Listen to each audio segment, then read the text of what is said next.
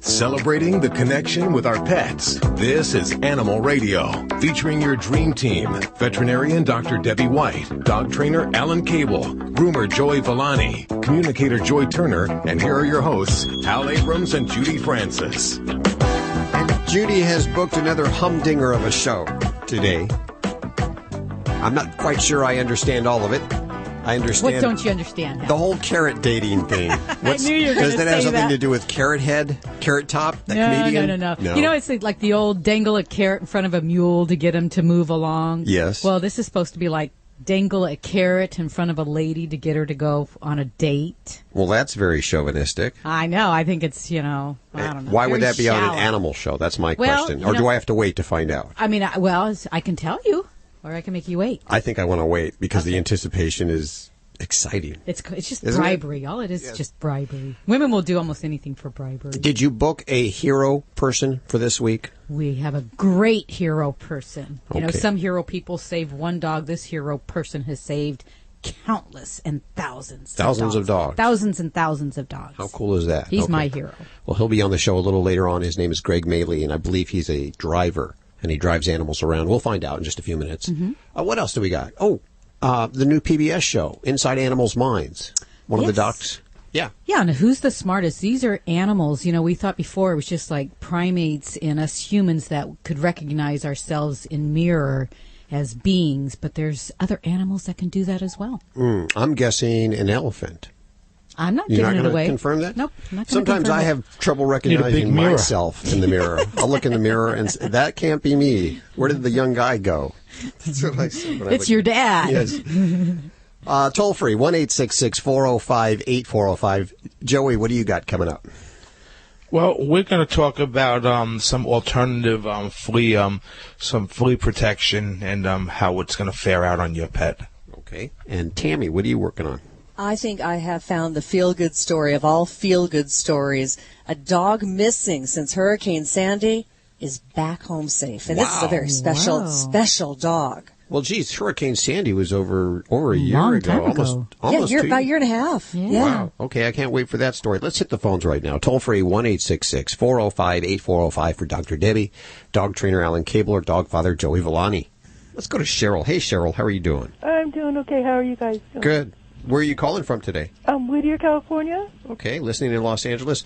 What's on your mind? I got the whole team here for you. Okay, I have a mama kitty and one of her kittens. She had them in my backyard a year ago, and she took the three away and left me the little kitty and her. Mm-hmm. But one thing, it kind of upsets me. They don't meow, they grunt. Grunt? Okay. And I don't know if this is normal. Sure can be, yeah. And a lot of people think that cats only meow. Now, the different ranges of the spectrum of cat vocalizations are many. So some cats will chirp, they'll chatter. Grunting is actually a way that newborn kittens kind of communicate to their mom and vice versa. So it's very natural, and it becomes kind of their own language. So as long as it's associated with just normal kitty interaction, I'm not bothered by that at all. When it would be a concern is if at any time during handling, when you're picking up the cat, if you hear a grunt or a groan, because then that might make me alerted to some kind of problem internally, an abdominal discomfort, something like that. But if they're just kind of hanging out and making little sounds to each other, that's totally fine. They're just communicating. Yeah, because I asked them, okay, you guys hungry? Let's go eat. And they go, Okay. I tried, meowing, thinking maybe they'll pick it up. And they just look at me like, what the heck are you doing? Yeah. And, the key here is that mom does it. So it's kind of like, that New York accent that many people have. You pass that kind of accent on to your family members. So just like a cat who does more of, say, that silent meow, that I can't make this sound because it's silent, but I had cats that did that, and it was a way that they communicated with each other. They would just kind of look at each other, make the movement, but not really any sound came out. Mm-hmm. So you will find that in cats that kind of grow up and spend time together. Okay, so I'm not worried about it then. No. Like I said, as long as it's just through they're verbalizing things, but if it's when you're picking them up or if it's accompanied with any kind of sneezing, coughing, any other kind of breathing type sound, then that might be more troublesome. But you got grunters, that's all. Okay, thank you very much. Thanks, Cheryl. I learned another thing today, believe it. 2 things in one show. Is that wild or what? The cats can grunt. Maybe the cat is speaking a foreign language. It could be. It's a dialect, yeah. We had a cat that spit once, a little baby kitten. Oh, he was hissing at you, Hal. He was Hissing at you, Hal. Yeah, Was that it? Was his he- eyes weren't even open yet. Well, that's how animals are around me. They hiss, they bark, they hate me. That's not true. Yes, it is. No, it is. Animals like you, Hal. I think you got that, oh, woe is me kind of thing. But, I've seen animals come up to you and not bite you and, What I'll do is I'll put peanut butter all on my arm, and the dogs will lick me. That's Chop meat. Yes, chop meat. chop Just meat. take chop meat all over your body. I have actually thought of that only because at my house, Boss sits on my husband's lap 95% of the time. I'm the one who does all the hard work. Excuse me for saying that, but feeding, cleaning up after him, all of this stuff. And Well, you know what- I take you know him why to that his is, agility Dr. Deb? class, and he doesn't want to sit on my lap. He wants my husband. Oh, no. Well, you're the leader. You're the leader. The dog is respecting you, Dr. Debbie. He's not going to sit on your lap. That would be disrespectful. So wait a minute. Ladybug sits with me, so she's disrespecting me? Well, she's in charge. She's in charge of you. No, she just likes to cuddle with me. Which would make sense. No, Well, if not she that goes you're- up there on your lap on her own, then she's in charge. And if you say, hey, come, and you invite her up there. Let me tell you where Then it's Ladybug okay. is. You're here, and Ladybug's here. Hey, So that's all I'm saying. says the man who sits there with But you cats can all you over can his tell lap. Dr. Debbie's the muscle in her house. I mean, she's the muscle. She's in charge of those dogs. She's the I'm muscle the here. disciplinarian. Yes, she is. Okay, well, this portion of my Animal Radio has been underwritten by Stella and Chewy's. They now offer the new size of raw frozen dinners for dogs, brand new 4.5 ounces. You can try the different flavors before you invest in the bigger bags. They have the Chewy's Chicken Dinner, the Simply Venison, the Stella Super Beef, the Duck Duck Goose, and the Phenomenal Pheasant, wherever Stella and Chewy's is sold. Thanks, guys, for underwriting Animal Radio. And we go to Susan. Hey, Susan, how are you? Fine, how are you? Good. Where are you? I'm in Long Beach. Long Beach, California. Well, welcome to the show. What's going on? I got the whole dream team here for you right now. We rescued an Akita. She had a collar embedded in her neck, and she was skin and bones. And we knew she was kind of a little, had a tendency to be aggressive. When we first got her, we took her to a trainer and got her kind of mellowed out a little bit. And we've had her for 6 years, and just recently she's started becoming aggressive and, really biting. So I'm just wondering, is there maybe a medical condition or, what could be wrong with her? Yeah, there could be. Deb, I'm going to let you take this because there could be a lot of things wrong with her, and you should find out from a vet if there is anything wrong with her first before you do anything else. Yeah, definitely. Taking her to the vet is a big issue, too, because she'll attack the vet. It's definitely we're going to have to find a way to make that work because we do need to do some basic screening as far as things like vision. We can see some eye conditions in Akitas that can affect their ability to see.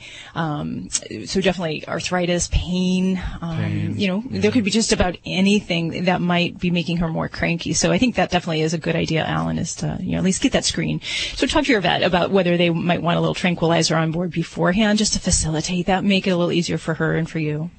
Mm-hmm. Yeah, because dogs, they suffer in silence. I mean, they can't tell you when they have severe pain, and they can take a lot of pain. They feel the same pain we do. They have the same receptors and nerves, but they can take a lot.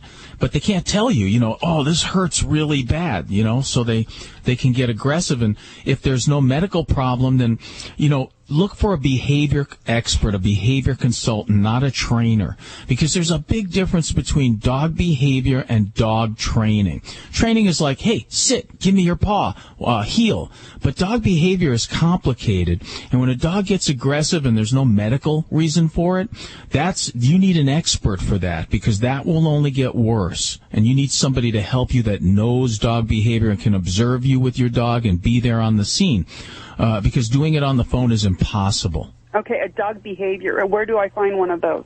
You can go on the internet and search Dog Behavior Consultants in your zip code, and you'll get a lot of different. You'll see a lot of different names, and then you want to talk to people that have used this person and make sure this person really knows their stuff, because anybody can call themselves a dog behavior expert. Anybody can call themselves that. Okay, I appreciate that, because what I've noticed is when she sits in the car and the two adult kids that I don't have small kids. I would not ever let her around a small kid.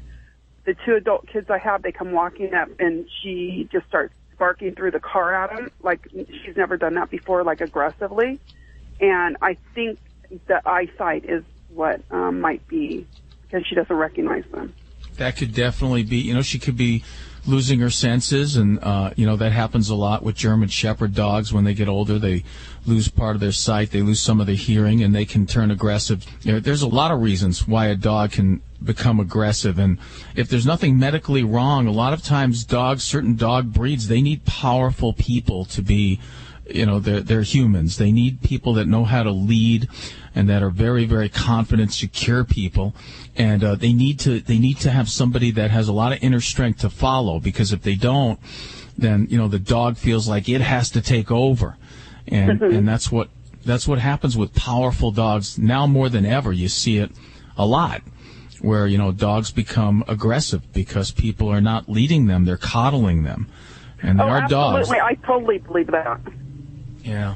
And if I can just give you a little bit of kind of a guideline as far as for looking for behaviorists, a lot of times this is a huge area within veterinary schools and veterinary training. So there's actually a college of veterinary behaviorists. So they're ACVB. So that's one way you might be able, if you're near a veterinary school, that's one great source, or even just to see if someone is certified with those initials. But there's also the ABS certification is the other one that that would be a way to kind of screen for a qualified behaviorist. Yeah, but definitely don't try to do it yourself. Find somebody that's really an expert to help you. No, we have to do something. So, and it's not, it's not fair to her to get in trouble by biting somebody. It's my responsibility. Yep. Good for you. Good for you. More power to you. Susan, thanks so much for calling. Let us know how that goes. Bye. 1-866-405-8405. You're listening to Animal Radio. Call the Dream Team now at 1-866-405-8405. Would you wait a week for your shower to get hot? Would you wait up to a week to feel maximum relief from your nasal congestion? Nasacort Allergy Nasal Spray could take that long. But if you're congested now and you want powerful relief now, Afrin No Drip starts working in seconds. And keeps working for 12 hours. So why wait up to a week for maximum relief from your nasal spray when you can start to get relief in seconds with Afrin? Afrin, powerful congestion relief without the wait. Use as directed. What's the best way to bring people together? T-shirts! T-shirts. Custom T-shirts that you design online with Custom Ink. Custom Ink has created over 30 million shirts for families, teams, reunions, church groups, cheerleaders, companies big and small. On-time delivery is guaranteed, and we'll even ship your order absolutely free. Start designing your Custom Ink T-shirts today and see why 99% of our customers say they would order from us again. Visit customink.com. We've talked about Stella and Chewy's family of freeze-dried and frozen dinners for dogs. Now we're pleased to share two new exotic dinner additions, Simply Venison and Absolutely Rabbit. Both are made with 90% single-source protein and enhanced with organic fruits and vegetables. Each are fortified with vitamins, minerals, and probiotics to be 100% complete and balanced. Stella and Chewy's, the official food of Ladybug, Animal Radio Studio Stunt Dog. Only the good stuff. For more information, go to StellaandChewy's.com. Geico presents Fan Mail to a Pig. Dear Maxwell, first off, hope you are well. And I am. Seems like all you do is promote Geico's web and app abilities. And while I really enjoyed your last commercial where you talked about how I could take a photo of my VIN number and add it to my account all via my Geico app, I've got to think it doesn't leave you much time for anything else. Do tell. Sincerely, Miranda Morgan. Well, Miranda, thank you for asking. And this Geico spokespig does have time to do other things. For instance, I do a lot of VIN scanning to add a car. Just a tap away on the Geico app. This is Animal Radio, baby. Hi, Kim. How are you? I'm good. How are you? I understand you have dog problems. I do. We adopted a Siberian Husky from a rescue about 3 months ago. And shortly after we adopted him, he kind of had issues. So we put him into boarding and training, and we got him back probably, I want to say, about a week ago. And he was there for 3 weeks. Before that, the separation anxiety was pretty strong, and it's still really strong. And, you know, I want him to be a happy dog, so I just want to better understand, you know, what's causing this and how to address it. Hey, Kim, who did you adopt him from? You said, and I didn't hear. We adopted him from the Southern California Siberian Rescue Husky And how camp. old is he? How old is he? He's about 18 months old. Okay. And so what does he do when you come home? Well, when we leave, it's like he's just so upset, and it sounds like he's literally being tortured. And so then when you leave and he's so upset and it sounds like he's being tortured, what do you do at that point in time? What do you do exactly? Ignore him. Okay. Do you just walk out the door? Yeah. And then what happens when you leave? Does he destroy anything? What does he do? If it's outside, if I go to the car that's outside, he starts thrashing at the gates, howling. Well, I mean, let's say you leave, right? You come back home. What has he done to your house? Anything? Not anything, no. We also learn to put things away. Okay. So he doesn't destroy anything. He just sort of probably mellows out and lays there, right? Yeah. Yeah, that's okay. my guess. So right before you leave the house, what do? I will probably do my routine where I'll grab my purse. Okay. Yeah. So, you know, the dogs have triggers. Think about what you're doing right before you leave the house. You grab your purse. Dogs go from hot to cold really quick, from cold to hot really quick. But there's certain triggers. There's certain things that they've learned through your behavior and watching you that you do right before you leave the house, which gets him excited, doesn't it? So picking up your purse would be one of them. Yeah. I mean, understandably. Okay. So you want to give your dog confidence. He's a very insecure dog, and there's a lot of things you can do to do that. And one of them, of course, is a daily walk. Daily walks are so important for dogs. People just don't realize how important it is to walk with your dog 30 minutes a day on a leash, meeting people, going past other dogs, doing things that make your dog feel confidence. And a walk is a great way to build confidence and trust between you and your dog. So that's an important thing to do. The other thing is to slow down from hyperspeed, because when you leave the house, you're subconsciously just doing what you do.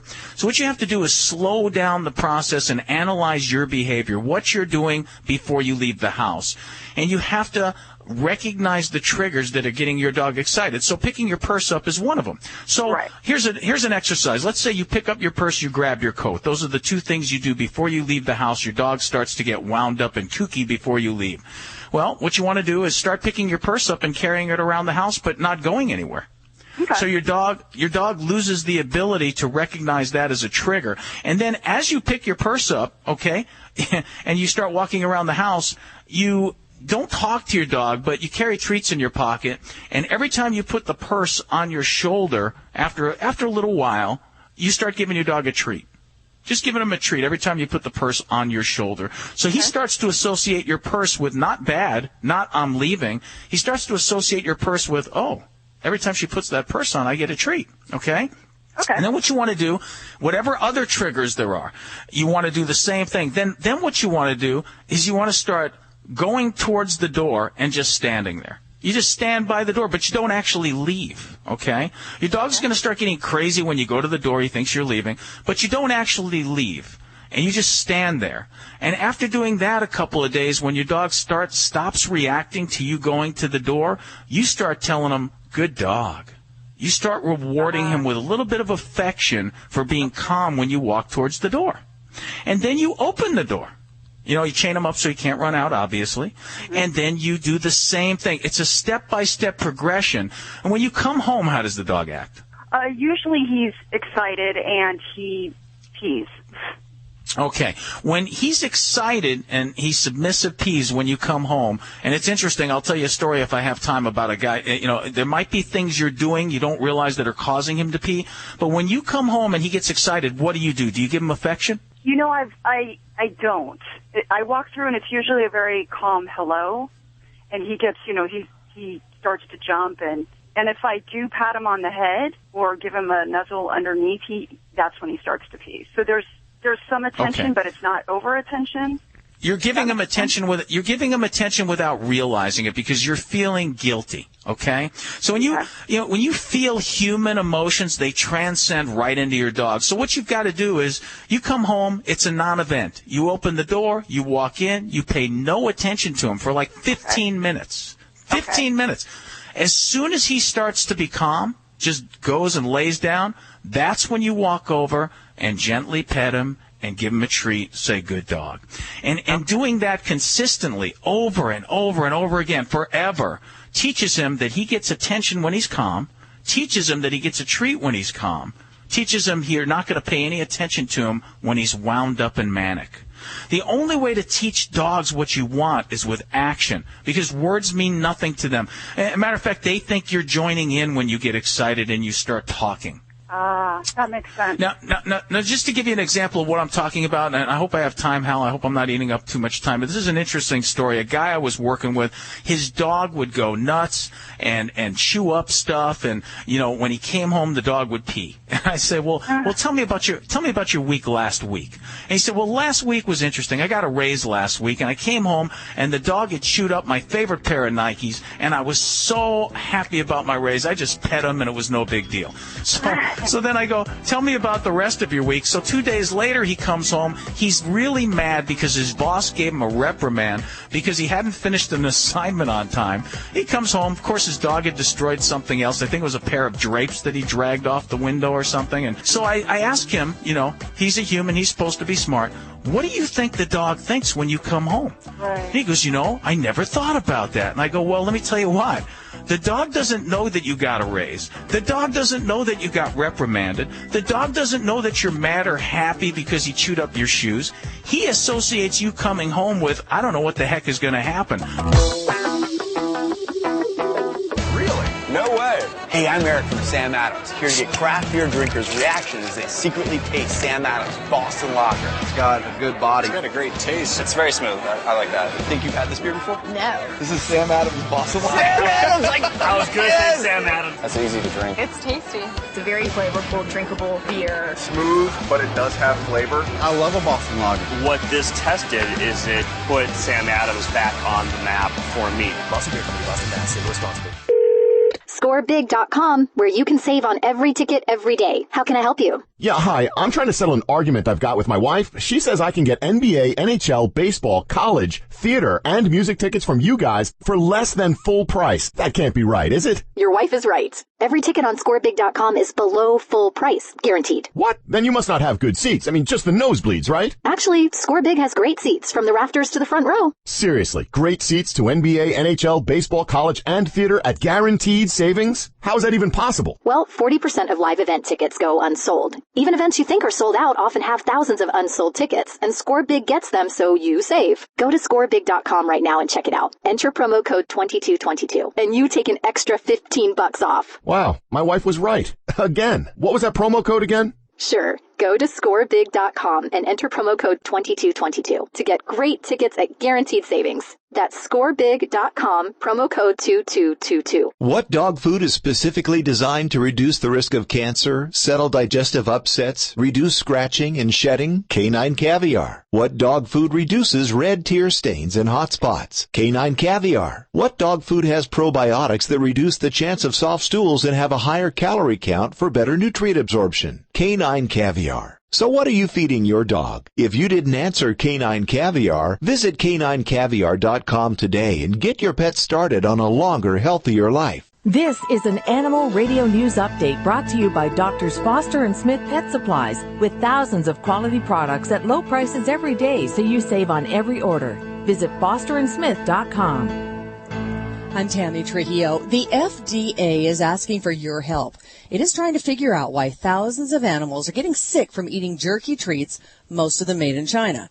Now, the agency first started getting complaints back in 2007, and since then, 3,600 dogs and 10 cats in the U.S. have gotten sick, and those are just the reported cases.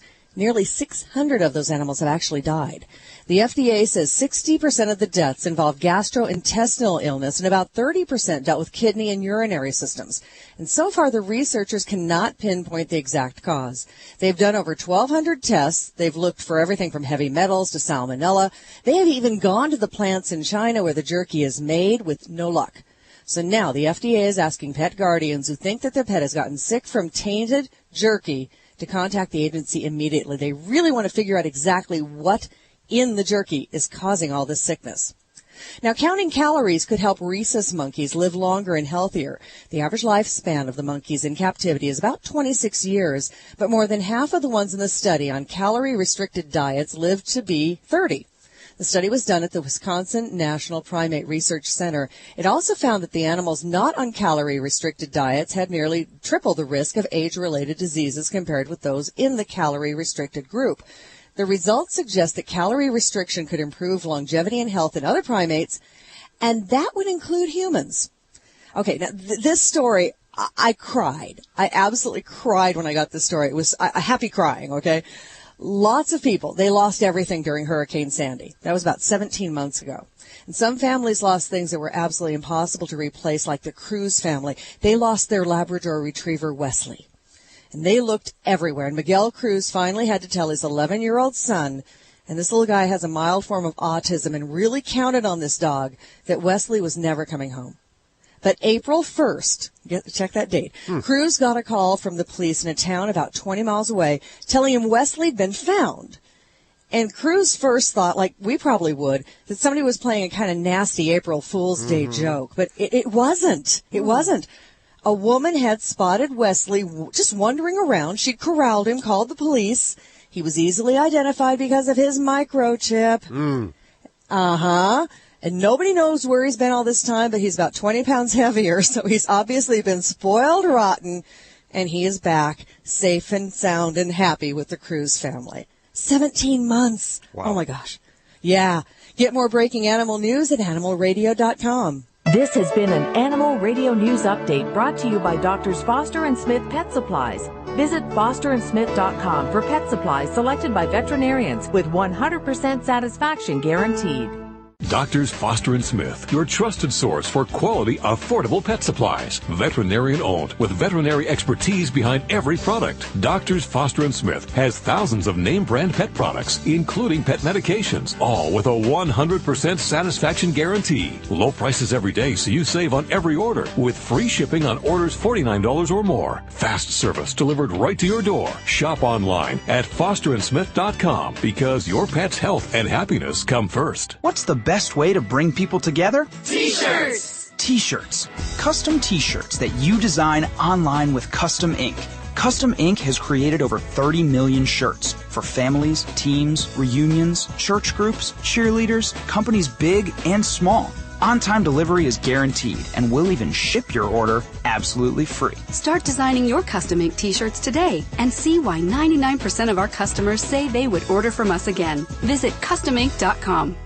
Get something started. That's the sound of a Kubota RTV utility vehicle. Maybe it has a Kubota orange paint job, maybe camouflage, maybe it has 2 seats, or maybe it has 4. There might even be a comfortable factory-installed cab with heat and air conditioning. In fact, there's a whole lineup of hard-working Kubota RTVs waiting for you at your local Kubota dealer. Like the redesigned RTV X Series, the next generation of North America's top-selling diesel utility vehicle with truck-inspired styling. It's a whole new driving experience with Kubota's exclusive independent rear suspension technology for a smooth, comfortable ride, even in rugged terrain and bumpy work sites. With so many RTV options, it's easy to find the right one for you. Then start saving with low-rate, long-term financing available now. Kubota RTV utility vehicles, built for the best things in life. Visit Kubota.com to find your local Kubota dealer. By the way, if I ease into schizophrenia on and off, it's because I have that parasite in my head, rewiring my brain. I'll keep that in mind. It's Animal Radio. Toll free. 1-866-405-8405 to any one of the Dream Team. Moments away from our Hero Person of the Week. And I understand this is a humdinger. I like that humdinger word. I know, it's the 1960s.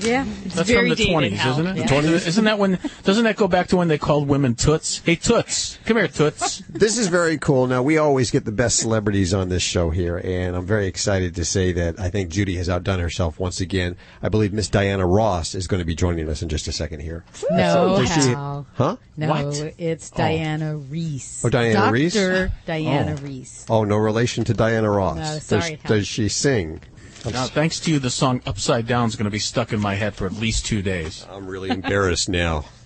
Everybody was expecting. Well, this is actually might be better than Diana Ross, Yes. is what I'm thinking here. Yes, I think There's it's a better fit. a brand new PBS show. Well, the show is Nova, which has been around longer than me, actually. They're doing a new PBS special called Inside Animal Minds. Who's the smartest? And neither Alan nor me are in this show here, so they obviously have no baseline as to what smart might be. But we do have Dr. Diana Reiss joining us. She's a dolphin cognition and communications expert. She talks to the dolphins. Doctor, welcome to the show.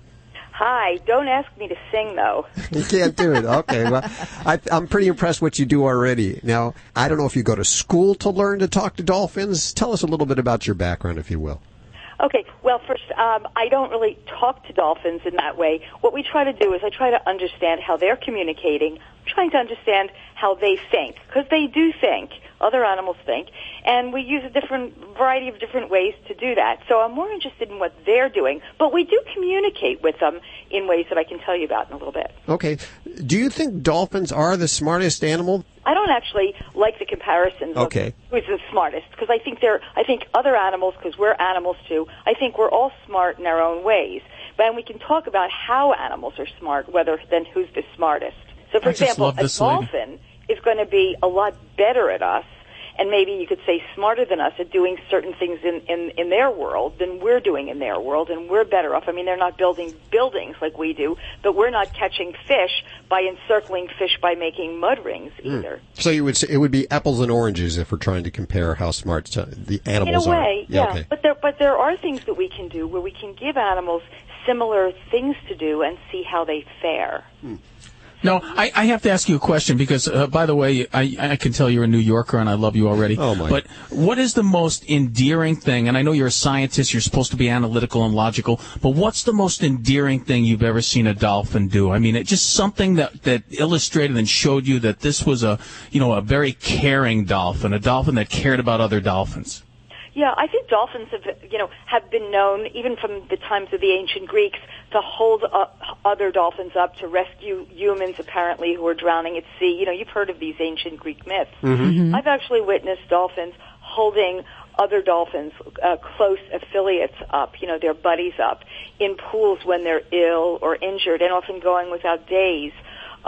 Going for days without eating until the animal's better. And there are lots of reports of this, and some of these reports have been published in journal articles. It's not just, oh, that person said this, and I've observed this myself. So they seem to have a sense of other as well as a sense of self, which is some of the work I've been involved in. When you say sense of self, does that mean they can identify themselves in a mirror? That's the work. Thank you. That's one of the studies I did with my colleague Lori Marino many years ago. We're doing new studies now, trying to find out how young dolphins are when they start to first show this ability. So, like us, dolphins understand that's me in that mirror, and they're interested in using a mirror as a tool to look at themselves. Now, when my kitten saw the mirror, my kitten arched up and got all freaked out when it looked in the mirror. So my kitten doesn't know. Well, yeah, about our companion animals, I know your research is primarily with the dolphins, but and elephants a little bit now, too. Do dogs and cats, can they recognize themselves in the mirror? Do they? Yeah, it's interesting, because our dogs and cats are smart in their ways, but they don't seem to understand that when they see that in the mirror in front of them, that it's them. It's interesting. They just don't process information, that kind of information, in the same way that dolphins and elephants and great apes and we do. And by the way, magpies, which are members of the crow family, do. They figure it out. Really? They figure it out. They may see you behind them and look at you in the mirror, but they never pay attention to themselves. Does that mean our brains are wired more similar to these animals? Well, it's an interesting question. We seem to have figured it out sort of the same ways.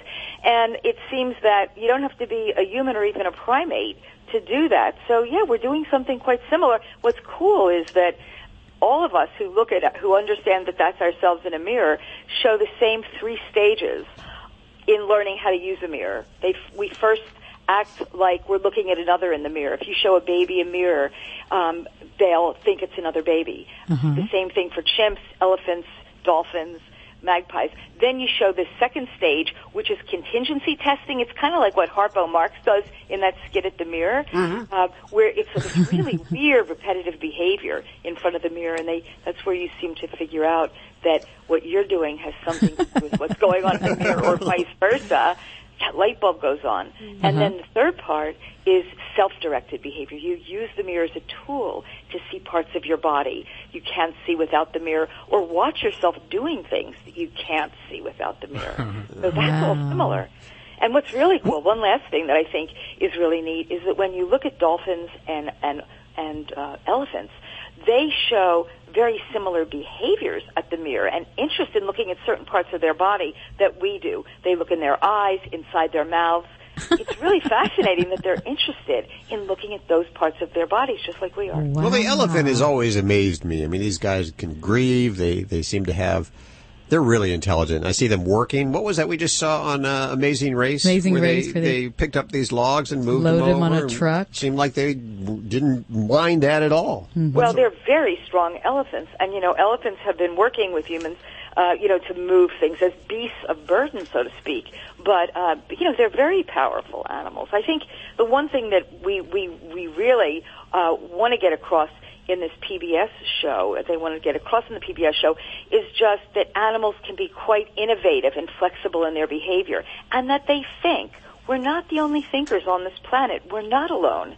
That's so cool. The PBS show that you're talking about is called Inside Animal Minds, and it's on Wednesday night, 10 p.m. on Wednesday nights on PBS. Before we let you go, I got to ask you about Humphrey the humpback whale. If you remember, what was it? It was a few years back. This whale got into San Francisco Bay. Is that correct, as I remember it? Right. I was involved in that rescue. We did the playback. Humphrey came into San Francisco Bay in 1985. Yes. And he wandered inland like over 60 miles, and nobody knew why he was going up there. And whales sometimes go up the river, but they go back out. He didn't, and we think he just got mixed up. So we did what's called sound playback. We played back sounds of humpback whales to him. This kind of playback never worked before to bring a whale close, because they're usually too smart and figure it out. But we think that this very lonely whale, actually approached our boat, and immediately it was kind of like calling my dog over, followed us back out to sea, and it was a remarkable experience. It was really, we saved a whale. This is a lot more exciting than Diana Ross, I'll tell you that right now. And that, in fact, Miss Ross, you have to actually call her Miss Ross anyway. Yeah, so that's true. You'll see, I'll just say, what you'll see on this PBS show will really be amazing to people. What animals are doing is quite astonishing. Check it out, Wednesday nights, 10 p.m.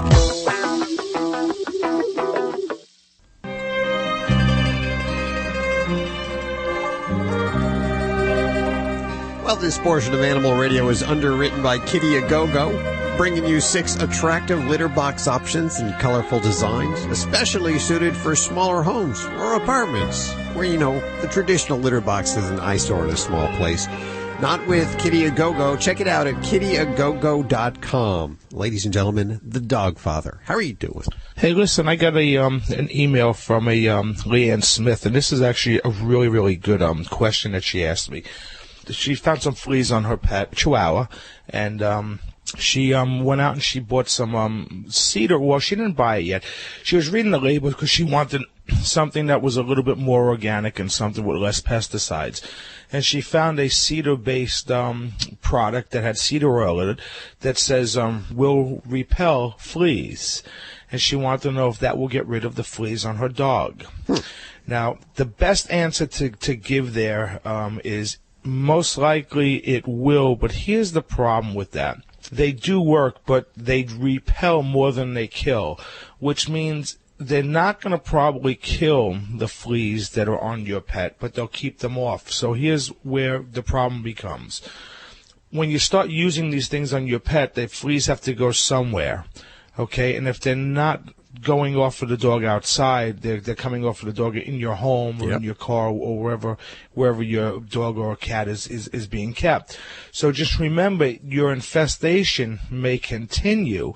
Even though it might not be on the pets, they could be biting you, they could be going on other pets or anyone else in the household. So my suggestion is to always start fresh. Go to your local groomer, have your dog bathed to get rid of the fleas and ticks that are on the dog professionally. So you know professional did it, and that it's pretty much covered that you are getting them all off the dog. Then after that, continue to use the product that you purchased, by the manufacturer's directions, and use that, and that should work really, really well, because then it's going to keep the fleas from going back onto your pet. You're going to be using a natural pest-free type of product where you shouldn't have to worry about any type of reaction coming down. But sometimes even with these natural products, dogs and cats will develop reactions to them, but I still kind of like that idea a lot better than going with a complete chemical product. But most of the time it's not going to kill, it will repel. What do you think of that pill, the Comfortis pill? Would you use that on Miles? Because I know you like all natural. You won't do the spot-ons or anything. You know what? I personally, I don't like chemicals that are put on the skin or ingested. Okay. Now, I'm not going to sit here and say that they're not safe, because I honestly don't know. I have no studies that tell me anything different, but I do know that there are a few products out there that have been known to actually, do extensive damage to dogs, including death. Yep. So, I don't want to play around. Well, I noticed when I worked for a veterinarian, that was something they would do on an animal that came in, because it was, I guess, fast acting. And if an animal came in... What, a spot on? Yeah. Okay. Well, no, the Comfortis, the pill, because Okay. if the animal was coming in to be bored or to have surgery or something was wrong and it came in flea-ridden, they needed something to get rid of the fleas right away, and they would do that. Yeah, I think we've used that on Ladybug. But did she get sick? She got no, sick we used the that first on Nike, on the cat. Oh, yeah. Did he get sick? Did someone? No. Hi, this is John O'Hurley. You're listening to Animal Radio. And remember, most importantly, please spay or neuter. Hi, this is Betty White. All us animal lovers love Animal Radio. Please help every way you can to make life better for our animals. You're listening to Animal Radio. Call the Dream Team now at 1-866-405-8405. Well, hey there, it's Animal Radio. You found us. This is where we celebrate our connection with your pets. Toll free. 1-866-405-8405. If you have a question for the veterinarian, Dr. Debbie, she's here. Dog trainer Alan Kabel. Groomer and dog father Joey Villani. We have to say dog father. I don't know. It's in his contract. Let's head to the phones, because really you're the most important part of this team. We go to Sheila. Hey, Sheila. Hi, how are you today? Good. Where are you calling from? Actually, I'm calling from New Jersey, but I'm from Massachusetts. Joyzy. Okay. Well, what's going on? Sheila. Well, I rescued a cat, my husband and I, and it's probably been about a month now. And the cat is finally warming up to me. However, whenever my husband picks up the cat, she'll roll up into a ball, like as if she's scared that she's going to be beaten. She was a rescue cat. I rescued her, and she has declined. But my question is, will she come around? Will she stop hiding? Will she get off the chair? What do you mean, get off the chair? She stays on her spot all day long until I come home to feed her. At night, she'll start to warm up to me. And another question was, would it be a good idea to get her a companion? Okay. Now, you don't have any other pets at this time? Just your husband? No. Just my husband. He's the only pet, right? And by the way, we like the earlier joke about the schnauzer. He told me to tell. Oh, good, because we got a lot of complaints about the schnauzer joke. I thought he was laughing like crazy. So, anyways, back to little kitty cats. We had just lost our cat of 17 years, so I wanted to rescue another cat. So, and the man who worked the adoption agency said this cat would never play. But I gave her some organic, the little green stuff. Catnip. The catnip, yes. Okay. And it made her play. But okay, when my husband picks up, she just cowers so much. It's scary. Okay. Well, for some kitties that have kind of either a feral background or, that we don't know what their history is, and they're very fearful of a lot of new things, whether that's a person, everything in the household, or, just select things, we really have to proceed cautiously with cats. And the general rule is with cats is you can't treat them like a dog. So to force her into physical contact when it makes her visibly uncomfortable is counterproductive. So that's the first thing. We want her to warm up to situations and to your husband, but we want her to do it on her own terms and to her to feel comfortable. It's the closest equation I can make it to is like, when a kid's learning how to swim and you throw them in the deep end of a pool, more chances than not that it actually freaks them out and they'll not enjoy swimming. So cats are that same way. So that's the first rule is we don't want to force her. Now, if she has more problems with your husband and getting comfortable with him, then I always want to put him into the key point of being the food person in the household so that, maybe you don't give her canned food all that often, but he might be the occasion that you do produce it, or maybe a really yummy treat, and it only comes from your husband. And you just let him do that with no other expectations. You just let him give the food and just let her accept that. He's not going to try to pick her up. He's not going to do anything. He may not even look at her or talk to her at first. That's fine. You just let her get comfortable with that. And then with time, then he can start talking to her. Then who knows? He can put his hand out. She may come closer. But we really have to do that slowly with her own timeline. So everything with caution. Exactly. So she probably will come around then, you're saying, you're hoping.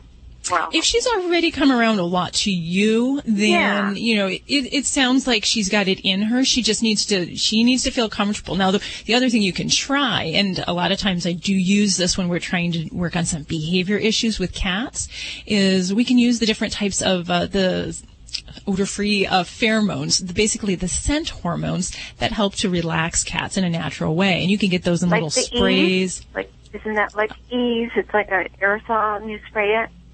It may be. I'm not familiar with that brand, but it's basically the pheromone that's used is the chin rubbing pheromone. So when you see cats rub their chin on things and they get that goofy grin, that's what they put in these products. So that's what we want to use. It's just kind of a natural way to calm her. Some folks will even use a little bit of dilute lavender oil in the environment, and that is a natural relaxer for pets as well. So that's something. And it sounds like your baby is probably the type I wouldn't really pull out the old drug bag and start using. But there are some cats where we do have to do that, and we'll have to use anti-anxiety medicines or other types of sedatives if they've really got a lot of fear-based problems, or if they take that fear and it progresses to becoming aggressive in unfamiliar situations. So that's why we say hands off and back off a cat. We don't want to get to that point. So, but I think there's definitely hope for your baby.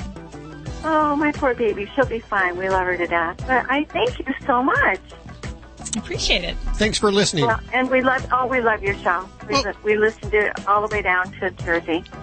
So, You're thank awesome. you very much, and keep up the work and keep up those jokes. We'll do it. You hear that, Joey? They like the schnauzer joke. Good. Thank you for calling 1-866-405-8405. Chalk one up for the schnauzer. I don't know what the schnauzer was. You didn't hear the schnauzer joke? You're listening to Animal Radio. If you missed any part of today's show, visit us at animalradio.com or download the Animal Radio app for iPhone and Android. Dogs or cats, horse or emu, animals are people too. A man going through security at LAX was recently found to have monkeys in his pants. When Robert John Cusack arrived from Indonesia, airport inspectors found 50 orchids in his luggage after 4 rare birds flew out. They then asked him if he had anything else to tell them, and he reluctantly admitted that he did have some monkeys in his pants.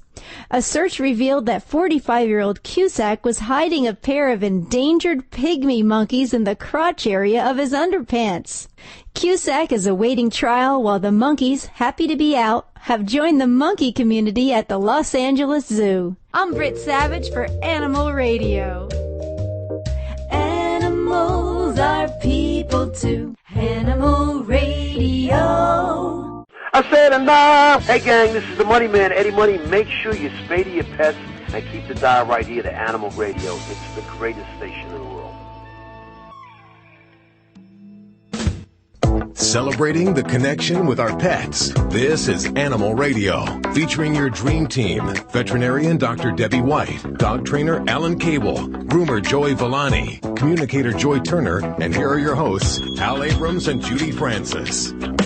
Toll free 1-866-405-8405. To the dream team, dog father Joy Villani, dog trainer Alan Kabel, and Dr. Debbie, who I understand they're prepping a, what was it they're prepping for you? Did you say a raccoon? A ferret? No, not right. A ferret. Yeah, so we have a 4-month-old male ferret with bladder stones. Oh, wow. So you're going to have to go in there and do surgery on that? Yeah, remove these, and then hopefully from there we can treat them, find out what they're made of, and then prevent them. But, you know, the interesting thing is this ferret is eating cat food. Oh, and dry cat food? Yes, it is dry cat food. Okay. But it is important that ferrets get fed ferret food because cat food, sometimes the proteins actually come from plant matter and vegetable, and that can actually lead to some types of stones. So, you know, they need to have animal-based protein, and that's really what is in ferret food. So hopefully the little guy does good, but yeah, very unusual, 4 months old. Okay, well. That's an expensive lesson that person's learning. It is. Yeah. Okay, well, we're going to go ahead and take a few calls while they're prepping the ferret for you to do your surgery. If you want to talk to Dr. Debbie, toll free at 1-866-405-8405. Also this hour, carrot dating. I still don't know what this is all about, but I'm excited to learn. It's family friendly, right? It's just bribery. Just bribery. Just bribery. Just don't understand anything. Carrots have a right to have love, too. I don't really see any problem with that. What happens behind closed refrigerator doors is... What carrots do in the ground with each other is none of our business. That's right. Is that all I have there for the top? Really? Oh, no, this hour we have a hero person. We've started a brand new segment here on Animal Radio called Hero People. We'll have a hero person this hour, someone who's doing great for the animals. And by the way, if you know somebody that's doing good for the animals, let us know. Nominate them. Call us. Toll free 1-866-405-8405. Let's hit up Sandra. Hey, Sandra, how are you doing? I'm fine. Thank you for taking my call. Where are you calling from today? Reading, Pennsylvania. Oh, listening on WEEU. Yes. What's up? How can we well, help? first of all, I have a 12-year-old male cat, and for the last 6-7 years, he's had upper respiratory tract infections. And in December, I noticed he was limping around, and he looked like he was losing a little bit of weight, so I took him to the vet. And she said the weight loss was because of his aging, and the limping was because he had luxating patella. Okay. Now, she did a thyroid test on him, and he was fine. Okay. In March, I took him back again because he was limping really bad, and he was dragging his back leg. And I had asked for a full workup, and also when he was down the steps, he was like leaking urine. Oh, no. Yeah. So, you know, she did a urine test on him, and it came back fine. But she put him on Clavamox for 2 weeks and Metacam. Okay. 2 to 3 times a week. And I was told he is not a candidate for surgery because of his lung condition. Oh, what's his lung condition? Well, you mean the respiratory problem? Yes. And she pretty much asked me to think about, like, maybe his quality of life now. Okay. But I don't want to put him down because he's still eating and drinking, and he's just dragging his leg around. Okay. And I was wondering, what can I do about that? Is there anything I can do? Well, I got a couple more questions for you, Sandra. Did the veterinarian, in addition to a thyroid test, did they do other basic lab work, what we'd call like a chemistry panel and a CBC? Yes, he did do that. Okay. And any signs of kidney disease on that? No, nothing. Okay. And then, did we get any x-rays of those back legs, the hip or the leg? Okay. No. Because that would be important information to see, because patellar luxation definitely can happen in cats, but sometimes there are even cats where they can also have hip dysplasia or arthritis in the hip as well. So I think that would help us get a more complete picture of what is going on in the back leg. And I'll back up for our listeners as far as a patellar luxation is basically when the kneecap in a dog or a cat pops out of its normal groove that it kind of slides around in when the knee bends. Right. And in the patellar luxation, it pops out. The leg cannot bend, and the quadriceps mechanism just doesn't work. So in cats, we may see that they, drag the leg. They may kind of be crouched and just not really use a normal kind of gait when they're walking. And sometimes, they'll manifest pain or cry or just kind of refuse to move. So that certainly can happen, but I see a lot of kitties with patellar luxation that don't always have to have surgery, and it really depends on your kitty, where she fits in and what all is going on. Because it sounds like we got maybe a couple things going on here. We've got some weight loss, we've got the respiratory thing, and we got this leg. So it's hard for me to tell you exactly in your kitty situation what you should do, but what I typically would do in an older cat situation here is I would look at getting the kitty on some glucosamine. And that's something that it can be a little challenging to get into some kitties, but there are some flavored capsules that you open up and sprinkle the material onto their food and get it in. And the challenge is that cats are really not great for taking a lot of pain relievers. Glucosamine is safe, and if we can get it in, it can help for many cats. But when we talk about all the arthritis medicines we use for dogs, we're kind of limited. There is one that has been used and labeled as a non-steroidal in cat called Onsior, but it's not generally recommended for long-term use. So that's something we could dabble into the short term to make the kitty feel better. But, in your cat situation, I think we'd really need to get a better handle on why we've dropped some weight and to make sure that we really could manage and handle these other types of medications there. Well, he didn't lose a lot of weight, but a little bit. And that's why she did the thyroid test. But, from what I understand, what's been told to me is no matter what he has, it can't be fixed through surgery. Well, and for me, I don't typically make that statement until I can view an x-ray, because there are surgeons that do fix a patellar luxation in cats. But again, it's usually we don't fix it just because it's there. We fix it if the pet is limping or has discomfort. For me, that generally warrants intervening. And if it's a matter of, besides trying some things, to help the kitty feel better, I'm all for that. But if we're at a quality of life decision and talking about putting her down, my goodness, I would definitely make sure we do everything we can to evaluate that leg. And so I'd start with some x-rays. Last week. You did what? Like an ace bandage sort of thing, but not an ace bandage. And it seems to be helping him. Really? Because I usually don't recommend that. I know. You can really get into a spot where, especially with the cat, bandages will slip and they can actually cut off blood flow. So for patellar luxation, bandaging really doesn't help for the long term. It may, and now I've occasionally put it on some animals when they're in a lot of pain or they traumatically luxate it. So after an injury, hit by a car, that kneecap pops out. But it's really not going to be a good long-term remedy, because it limits the movement of the leg, and you're going to get more muscle loss. The tendons and the ligaments are going to lose their pliability, and you're not going to have a very functional leg. Well, she said he's very shallow where, it popped out, so it's not going to stay in because it's such a shallow groove there. Exactly. And that's how surgically it's fixed, is surgeons go in and they deepen that groove and make it so that the kneecap can ride in there more effectively. And then they do some suturing techniques as well. And it should also be pointed out, I know I mentioned, there can be some hip problems in cats with this. And congenitally, we do see in some breeds, the Abyssinians and the Devon Rexes, that they can have a congenital tendency towards patellar problems. But in other cats, it can just kind of happen. And but we can also see sometimes it'll damage the ligaments inside the knee, which is the cruciate ligaments.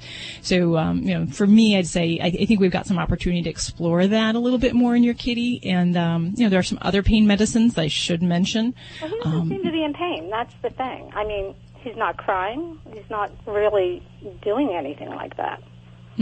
Well, if she's getting around and moving, then that's something you have to look at. But cats don't really cry with orthopedic pain, and dogs don't either. So, when we have dogs and cats have arthritis, or they have some kind of chronic malady with their legs, they are not going to sit there and generally whine about it. Now, a dog or a cat with a broken leg, they're going to verbalize that. Right. So just you got to look at it a little differently. On him without being put to sleep. I'm sorry? Does anybody do like localized surgery without having to put a cat or dog to sleep? Not for something of this nature. They may do, things like epidurals to help control pain, but general anesthesia is going to be necessary just for holding still. The type of surgeries, an awake pet is going to become startled by some of the noises that are involved with general surgery. So yeah, it's really not something to be done awake. Now, if I would say make sure we look at those x-rays, see what's going on in your pet. We can look at the glucosamine. We can use some medicines like opioids for pain. And I wouldn't say, the viral, infection and the tendency that she has, for me, it isn't necessarily something that would make her not a candidate for surgery, but we know that anything that a cat with a chronic viral infection, anything we succumb to with a cat with a viral infection, they're going to very likely have another bout. So, if we have surgery, a pet is ill, something that stresses them, we might see that viral infection come out, but it isn't necessarily, unless there's other factors, it isn't anything that's going to be necessarily life-threatening on its own. Okay, well, thank you. Thank you for your call, Sandra. The number is 1-866-405-8405. Yeah, we had, Ladybug, of course, had Luxetti patella. She had surgery done to correct that. That took about 2 weeks to heal, and she was a champ through that whole thing. She came through really well, but I didn't realize that cats could get this, too. Mm-hmm. So I'm always learning something here on this Animal Radio Show. Pretty rare, though. Well, it's about time. It's about time. I know. But yes, Judy, it is pretty unusual for cats. It's not very common. You're listening to Animal Radio. Call the Dream Team now at 1-866-405-8405.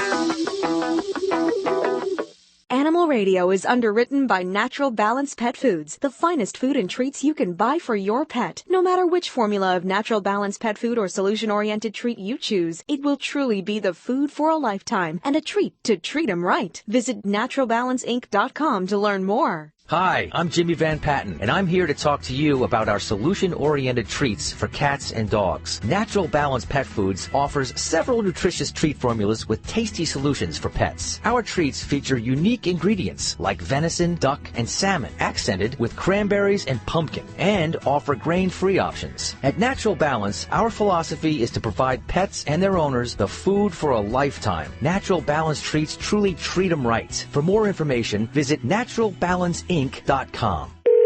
ScoreBig.com, where you can save on every ticket every day. How can I help you? Yeah, hi. I'm trying to settle an argument I've got with my wife. She says I can get NBA, NHL, baseball, college, theater, and music tickets from you guys for less than full price. That can't be right, is it? Your wife is right. Every ticket on ScoreBig.com is below full price, guaranteed. What? Then you must not have good seats. I mean, just the nosebleeds, right? Actually, ScoreBig has great seats from the rafters to the front row. Seriously, great seats to NBA, NHL, baseball, college, and theater at guaranteed savings? How is that even possible? Well, 40% of live event tickets go unsold. Even events you think are sold out often have thousands of unsold tickets, and ScoreBig gets them so you save. Go to ScoreBig.com right now and check it out. Enter promo code 2222, and you take an extra $15 off. Wow, my wife was right. Again. What was that promo code again? Sure. Go to ScoreBig.com and enter promo code 2222 to get great tickets at guaranteed savings. That's ScoreBig.com, promo code 2222. Fido Friendly is the travel and lifestyle magazine for you and your dog.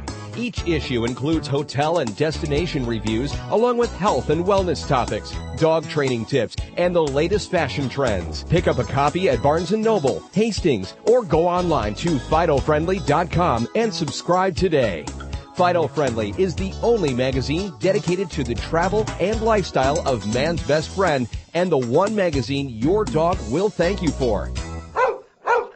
Hi, this is Jamie Farr, and you're listening to the Animal Radio Network. And remember to spay and neuter your pets.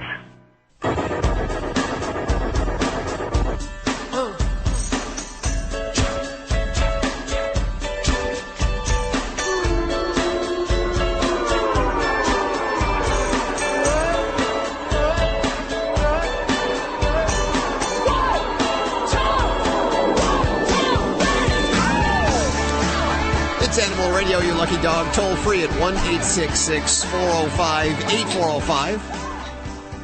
And Animal Radio's Hero People is underwritten by Fetch ID Microchip Registration. Can you find your pet with a Google search? Can you, Judy? By name you could, maybe. Ladybug, the studio stunt dog, but most people can't. If you can't, neither can a rescuer, and with Fetch ID, rescuers can contact owners in an instant. Check them out, www.fetch-id.com. I'm really excited to get this guy on the phone. Were we trying a couple of weeks to get him on the phone? Yes, we were. But he was out of cell service. He must have been out on one of his rescue missions. This is Greg Mahle. Greg, welcome to the show. Thank you. You travel a lot, don't you? Quite a bit. What do you do? Every other week. Tell listeners what you do. I run a transport service for rescue animals in the Deep South. I am the connecting link between southern rescues and northern rescues. And why is there a need from south to north? Yeah. There's an abundance of adoptable dogs in the south, and there is not an abundance of adoptable dogs in the north. Though that is not to say that the north does not have dogs in their shelters. They do. There is a wider selection of dogs in the southern shelters. So you drive, how many animals at a time do you drive? Approximately 100 animals a run. Holy moly. Wow. 100 animals. So you take them from, they're on death row, obviously. You probably go through the animals that are going to be euthanized. You get those animals. How do you select which animals to move north? I am working with rescues in the south. They are the ones going into the shelters. They're going into death row, and they're pulling the animals out. They're selecting animals that they think are adoptable and vetting them, temperament testing, and getting them ready to go, putting them up on Pet Finder to find homes, getting in contact with the adopters, screening the adopters, and making sure they're sure that the dog is going to a good home. They've put a lot of work into their dogs. They're not just sending them off to nowhere. They want to make sure the dog is going to a home that's going to love them and keep them.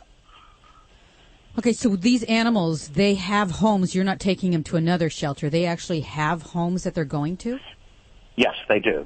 They each have an individual family, or they are going to a foster home with a rescue. Most of the dogs that I'm working with are going directly into a home. They have a family that will be waiting on them when I get there. When I show up, it will be in a designated parking lot somewhere. That family will be waiting there. They'll be jumping up and down. There'll be tears flying. It's a very, very joyous occasion. Wow. Well, how did you get into this? What got you going on this? Things called legged transports, and that's where one person drives a dog for 50 miles and hands off to another person and then hands off to another person. I could quickly see that didn't work so well because you're relying on so many people. Somebody won't show up to do their end, and the dog will stall out, the dog will stall out somewhere. Also, it only moves one dog, so it's not very dependable, and it just doesn't move very many dogs. Can I ask what you did before this? I was in the restaurant business. And so what made you do this? It's kind of a quick change? Kind of a quick change, yes, it was. I had just gotten out of the restaurant business, and I thought that I thought that I was going to be living on the farm the rest of my life and not doing anything. I got introduced to rescue and to the transport end of rescue. I became fascinated with it, and my love of animals drew me to it like a magnet. These dogs are great. They're all very, very wonderful. I've got a soft spot for all of them, and I fall in love with each one of them. It makes me want to help them, and it makes me want to do more. I would help one dog and be in love with that dog the whole time. A lot of the times I would cry when I handed the dog over. I was just so happy for it, and I became attached to the dog. And that makes you want to do it again. And then you want to do it again and again and again. And it's a vicious cycle, but it's wonderful. It's addictive. You're doing great work. Yes. Are there other people like you that are doing kind of transports like this? Yes, there are tons of other people like me. Just hundreds at this point. There's a lot of us doing a lot of things, and some of us are even working together now. For the longest while, none of us worked together. We are starting to get our act together and think of connecting flights at an airport. One person can offer service to somewhere where another person can offer service to different places. That vastly opens up doors for dogs to get just wherever they need to get to. There's gasoline involved. That's got to be pretty expensive. How is that paid for? Each person, each adopter is chipping in a portion of the gas. Okay. And what kind or of a portion of the fuel. Okay. I am doing it in a semi at this point. Wow. I've got a semi. I'm pulling a trailer. I live in the trailer with the dogs. We live together, we sleep together, we eat together, we go to the bathroom together, we do everything together. I'm just crazy in love with the dogs, and that's how we're able to get them from the deep south into the north. How do you do this all by yourself? Don't you have to have help to take 64 dogs out to potty breaks and things along the way? Yes, you need a lot of help. This is not just me. And so often it's my face that gets to be seen and my personality, and everybody thinks it's just me. It is not just me. I have tons of help. I go on the road with one driver, and then I have volunteers stationed all along the way. Oh, wow. We've dubbed our volunteers the Angels, and it's just people that volunteer to come out when I get to a designated spot, say in Birmingham or in Allentown, Pennsylvania. They'll come out, they'll get all of the dogs out, they'll walk the dogs, they'll love on the dogs. Some of the dogs need reassurances because, after all, they are rescue dogs and they came out of shelters, so they're not really sure what's going on. Some of them are happy-go-lucky. Some of them just don't really know what to think. So with the volunteers handling them, it gives them reassurance and it gives them love, and it helps greatly with their trip. Because when we get to their new homes, I want them to come out and I want them to greet their family in a happy, relaxed manner. I want everything to start off on a good note. And I don't want the dogs set up to fail. I want this home to work for the dogs. How many dogs would you say you've rescued?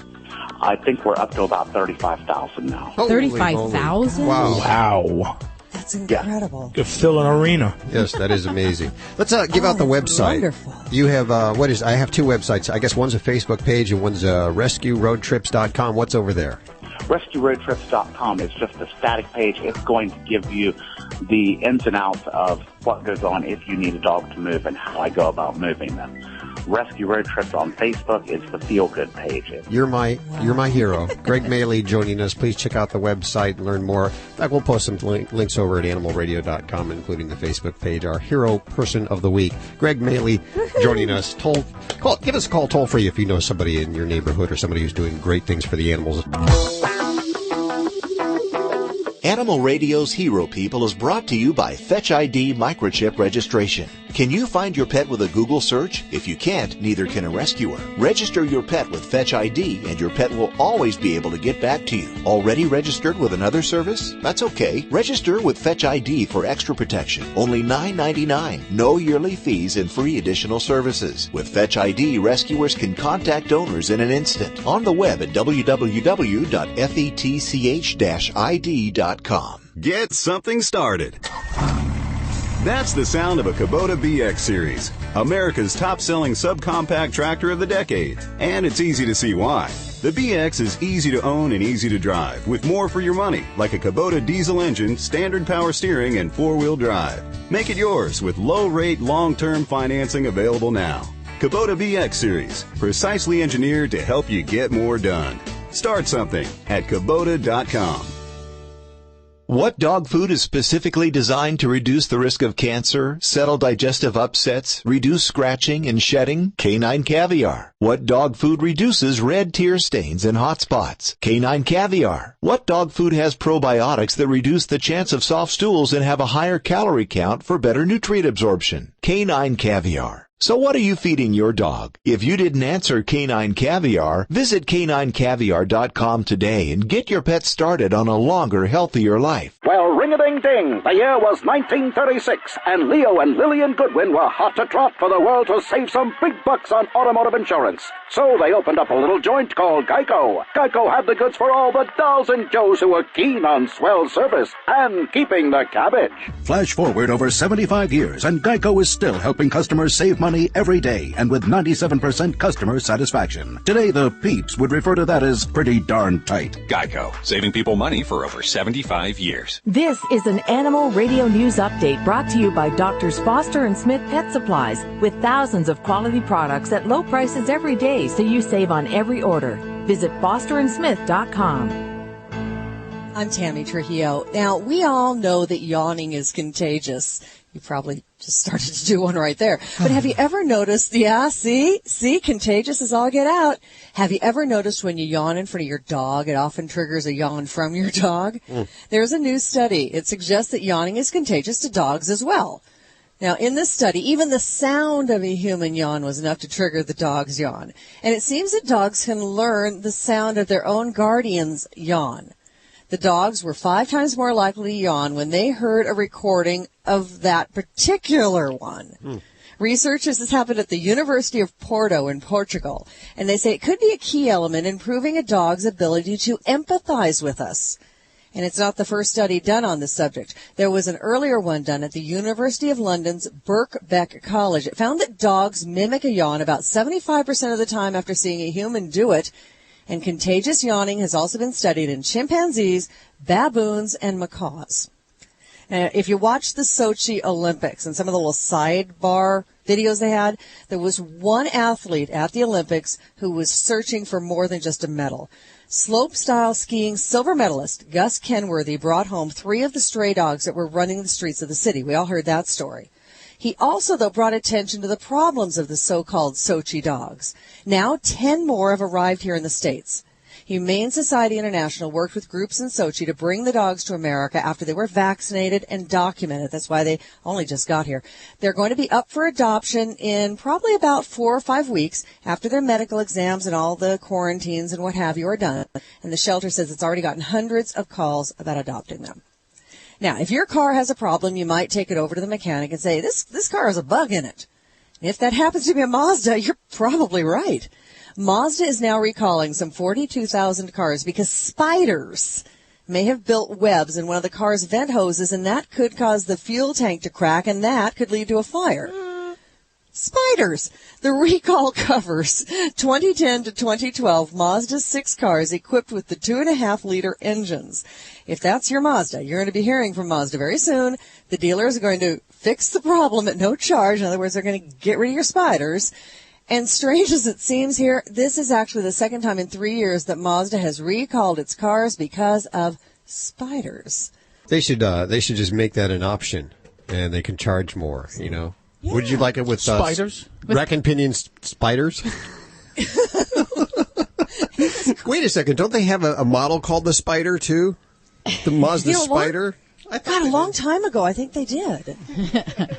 Yeah, get more breaking animal and, well, we'll say insect news, too, at animalradio.com. This has been an Animal Radio News Update brought to you by Doctors Foster and Smith Pet Supplies. Visit fosterandsmith.com for pet supplies selected by veterinarians with 100% satisfaction guaranteed.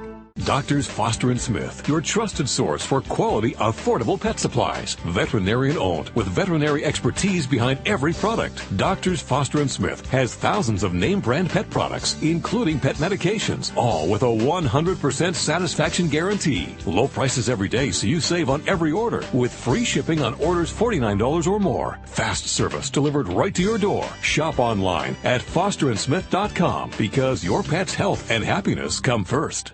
Would you wait a week for your shower to get hot? Would you wait up to a week to feel maximum relief from your nasal congestion? Nasacort Allergy Nasal Spray could take that long.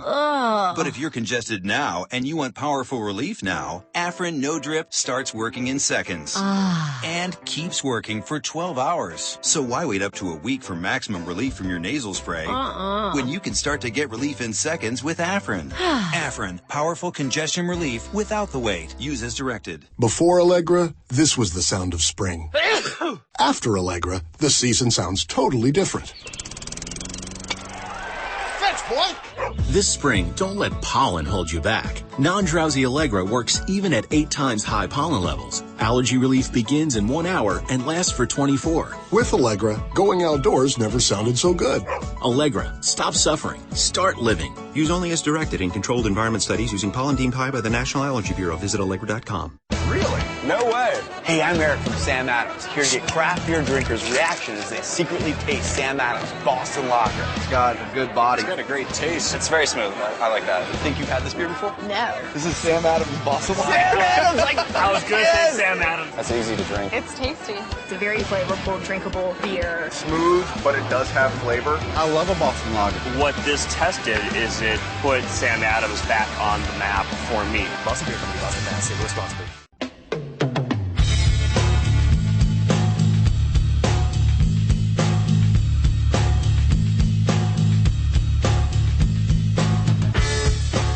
Toll-free 1-866-405-8405 for your Scooby snack.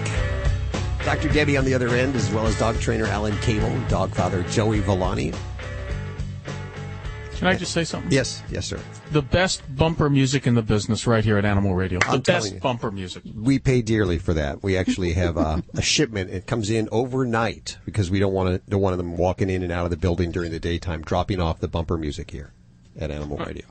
Wow. Well, thank you for noticing that. I appreciate that. Yeah. What are we doing? Are we going to Brooke? Oh, this is cool. We are. Brooke, welcome to the show.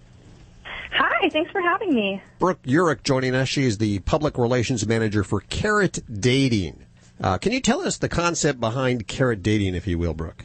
Well, Carrot Dating is just like any other dating site, but instead of just regular dating, we have incentives. We call them bribes. So we're the world's first bribe for a date site where generous members can essentially bribe their dates with gifts. We have everything from a juicer to a tank of gas, and we recently introduced puppies. Puppies. Well, let's just back up just for a second before we get to the puppies here. So explain how this works. Say I was looking for a date. I'd have to buy one of these incentives and give it to whoever would go out with me online. To explain, I'm really lost here. More than usual, I got to tell you that. Oh, goodness. Well, it's not too difficult to understand. It's just like any other dating site. So you make a profile and you look for someone that you're interested in. Okay. The only twist is that when you find someone you're interested in, rather than messaging back and forth for days and weeks and months, you offer an incentive right there. So you say, I will get you flowers if you go on a date with me. And then at the date, you are required to bring the flowers. Wait a minute. This is desperate people, like, buying dates. Well, it does sound weird. It sounds like, obviously not spending time to get to know somebody through the chat back and forth and the emails and the late-night FaceTimes and conversations, and really just buying them is what it sounds like to me. It's real life. That's how it works in real life. But it's sort of hidden in real life. The lady knows she's going to get dinner and a movie. That's what it's all about, right? So, wait a minute. The lady might be buying dinner. Yeah. Oh, no, I would have to agree with you. And essentially, most relationships are somewhat based on finances. It's going to come down to money eventually. And it's not about money necessarily with this site. It's just more about being generous. And the founder of our site was a nerd, basically, a self-proclaimed nerd. He hadn't been kissed. He was a virgin at 21. And he asked his mom one day, how can I get girls to notice me? How can I get a girlfriend? And she said, don't worry about trying to seek out women. Once you're successful, your generosity will bring women. If you're generous, then the women will come. And he's quite successful. So that's the outlook that he has. And most of the men on the site are just that. They're generous, but maybe they don't have the game that, radio talk show hosts do. They aren't able to talk to women as easily as you we might got be lots able of to. game, yes.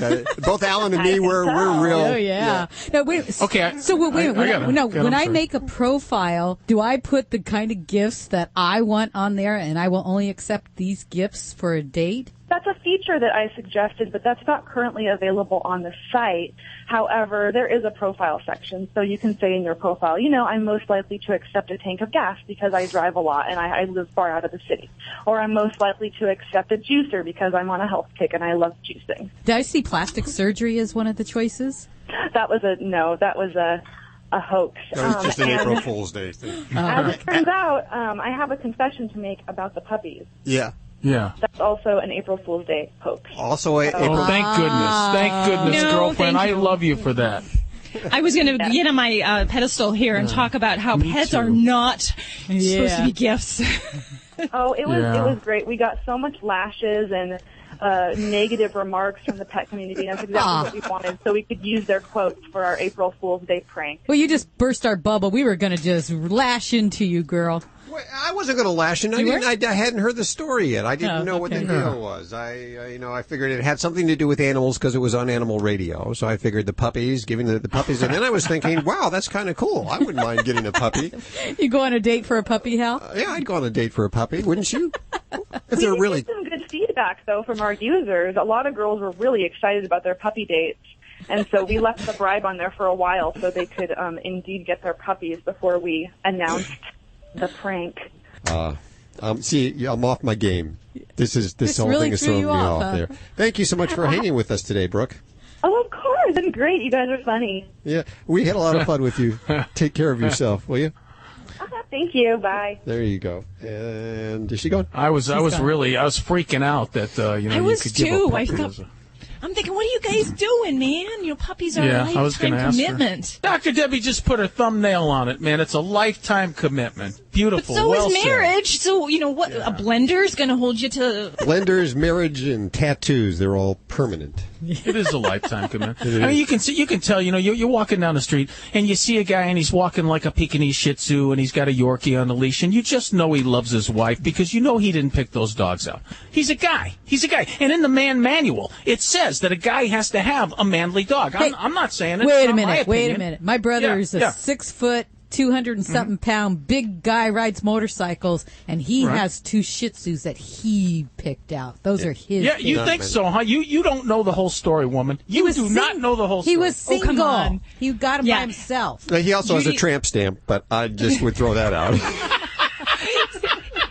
No, Judy, I'm with you because I've had this really huge guy that was like a mixed martial artist, and he came in with his girls. This is his ladies, little Pomeranian in a pink carry case.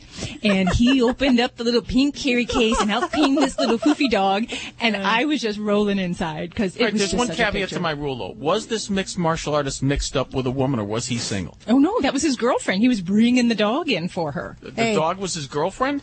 Okay, let's move on. No. I worked for a vet one time where another big burly guy, somebody you wouldn't want to meet in a dark alley, 6 foot something, 300 pounds, came in to the vet carrying his cat that was ill, and he was holding it. He didn't want to put it in a carrier. He had it in his arms, and he wanted to see the doctor right away because that was his baby. Well, you should know. Oh, yeah, there's exceptions to every rule. Yeah, burly men do have hearts. Yeah. For God's sake. Oh, of course they do. There's some of the best pet lovers out there. Yes, so they are. yeah. Yes. I didn't say they weren't. I just said in the man manual it says, okay, look it, you're at the factory, right? And you guys are sitting there at the table, and you guys are blue-collar, hard-working, sweaty guys. And Bob goes, yeah, I just got myself a Rottweiler. What do you got, Terry? And Terry says, well, I got a Pekingese Shih Tzu. That's what I got. A Yorkie. I got a Yorkie. Hey, ain't nothing wrong with that. Many Yorkies are very dominant. So you got to have a firm personality to deal with Yorkie. Real men own Yorkies. That's true. Like it. You guys are right. You guys are always right. I'm sick of it. Yeah. By the way, if you are single and you are looking for a date, one of the best things you can do instead of going to carrotdating.com is you can take your dog to the park, because that is the best way to meet women is with your dog at the park. Or the beach or any kind of outing. Just get out there. My husband told me this. He walked Little Boss the other day, and women were just smiling at him. Yep. Smiling. And he's like, wow, it's really, you get noticed. Wait a minute. Hal said he wanted to take Ladybug out for the exercise without me. What was that about? Oh, and I found my wedding ring, by the way. You're listening to Animal Radio. Call the Dream Team now at 1-866-405-8405.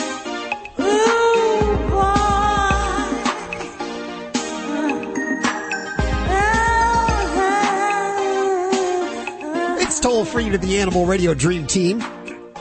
1-866-405-8405. You can also ask your questions from the Animal Radio app for iPhone or Android, as well as listen to the show. Download that now. It's a free download.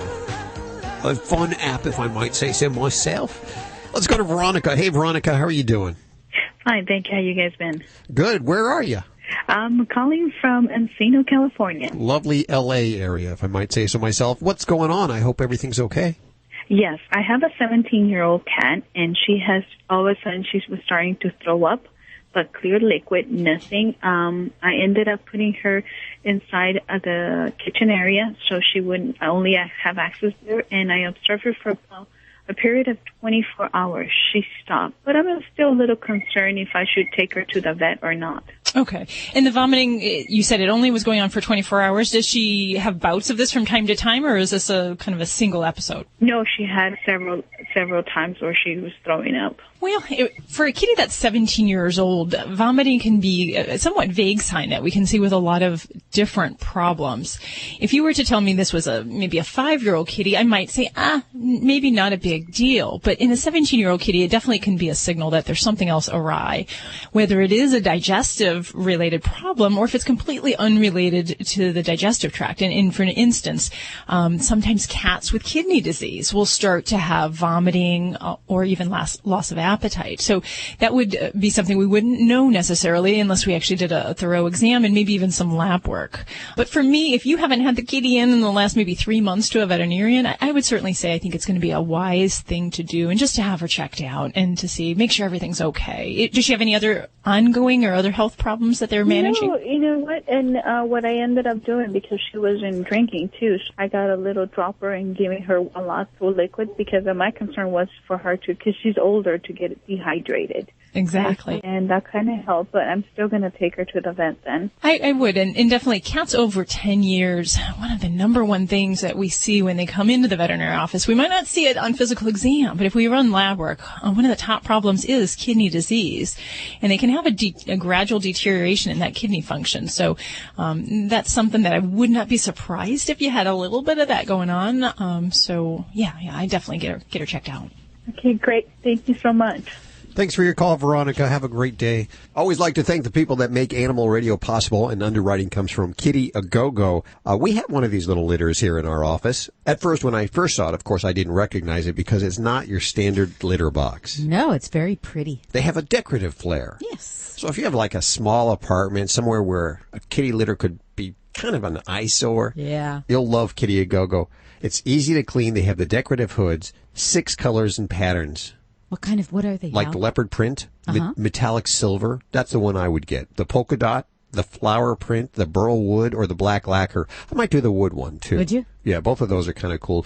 Think about that. A burl wood looking litter box. Yeah. And it's easy to clean. It has a rake that you just pull out. It's made of the highest quality injection molded, high impact, stain resistant plastic. Say that 3 times fast. Now write this down. Here's the website. Go check it out later today or right now if you have time. kittyagogo.com. That's kittyagogo.com. I'm glad to tell you about a company like this doing good work, making a great product, and underwriting Animal Radio.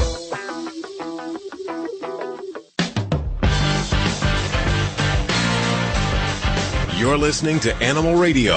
If you missed any part of today's show, visit us at animalradio.com or download the Animal Radio app for iPhone and Android. I just got off the phone with Jimbo, and Jimbo wanted to know what your books were. Got a brand new pug. And I said, well, you got to check out Dr. Debbie's book. She has one on the Yorkshire Terriers, the Shih Tzus, the Pugs, and the Mini Schnauzers, How to Be Your Dog's Best Friend. And it's one of those electronic thingy books, you know? Like for your Kindle books. But you can still use it on your iPad if you have the Kindle app. And, of course, a link over at the Animal Radio website. Check it out. All you have to do is go to Amazon.com and put in Dr. Debbie White, and you'll get all her books there. Are there more on the way?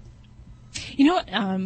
Conceptually, it's just a matter of putting the pen to the paper, and because I'm old-fashioned, you know, I like to type, but I'm gotta see it in paper in front of me. So you're a good writer. Let's go to line 4. We have Wayne on the phone. Hey, Wayne, how you doing? Oh, I'm doing just fine, thank you. Where are you calling from today? Pomona, California. Pomona, lovely Los Angeles area. What's going on? Oh, not too much. It's beautiful out here. We got nice little low temperatures for a break for the first time this week. Oh, that's good. You gotta love that. Yes. I wanted to speak on my white fox pit bull. You got a pit bull? Yes. What about it?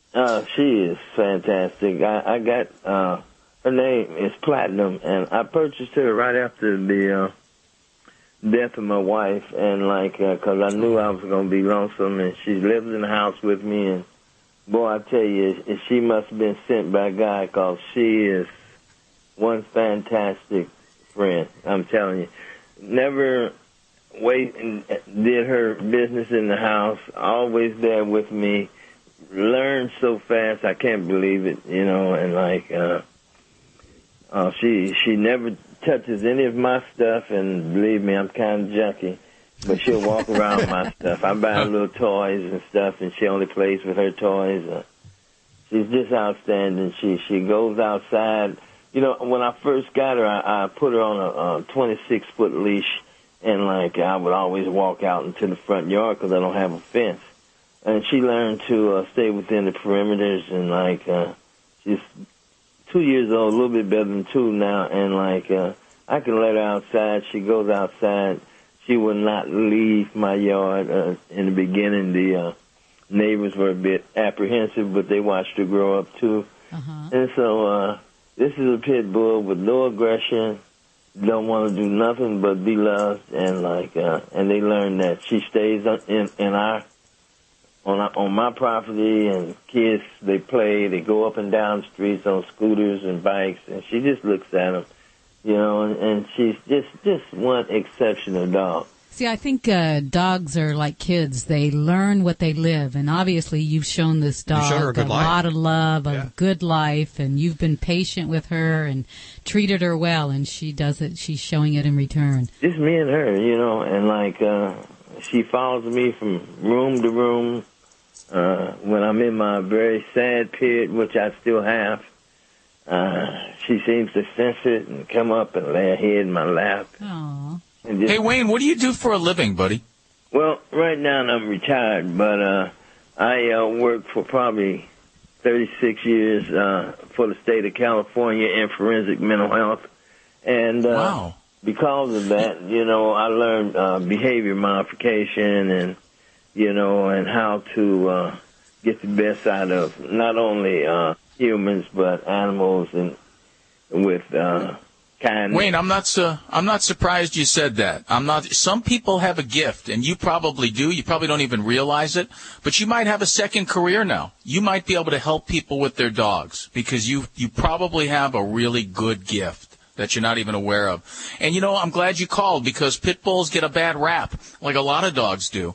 A pit bull is just like any other dog. They can be kind, gentle, sweet, caring, great companions, and it's great that you're showing people that. There was a story a couple of weeks ago of a family whose pit bull took a bullet in the head for them and protected them from a burglar, and it got a little bit of press, and I was so happy to see that because when something bad happens, pit bulls get the worst rap instantly. That's for sure. The media jumps all over it, but when something wonderful like that happens, you don't see it very often, and I just want folks to know there's no such thing as a bad breed. It's the owners who make the dogs crazy and aggressive. I definitely go along with that. If you try to bring out aggression, or if you try to bring out any negatives in the animal, just like where I tried to bring out all the good, you can be successful, you know, but who wants a mean, spirited dog that nobody can deal with and that everyone's afraid of? I don't. Well, let me ask you a question, Wayne. When you walk around with your dog, what's your dog's name?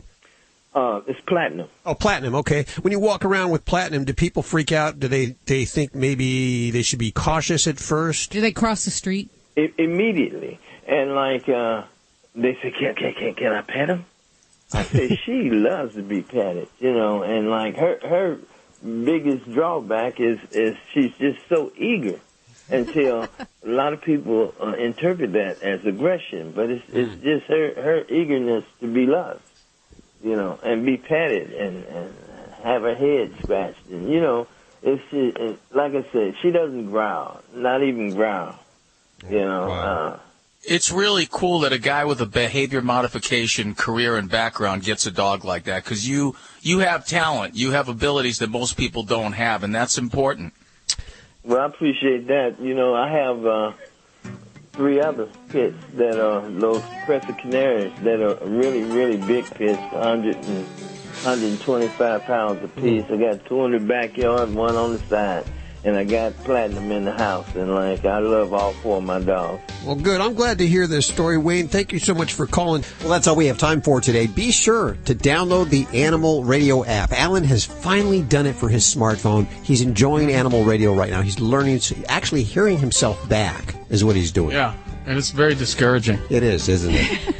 Yes. But maybe not for you, the listener. There's lots of resources there, as well as you can ask all your questions of the Dream Team. Download for iPhone and Android the Animal Radio app. It's free, and do it now. Do it now. See, the problem is Alan can't even recognize his own voice. I can't. He can't. He has no self-recognition when he listens to animal radio. That's him. I'm still working with the mirror. Yeah. Still trying to figure it out. We'll see you next week for more animal radio right here on this fine station. Bye-bye. Bye.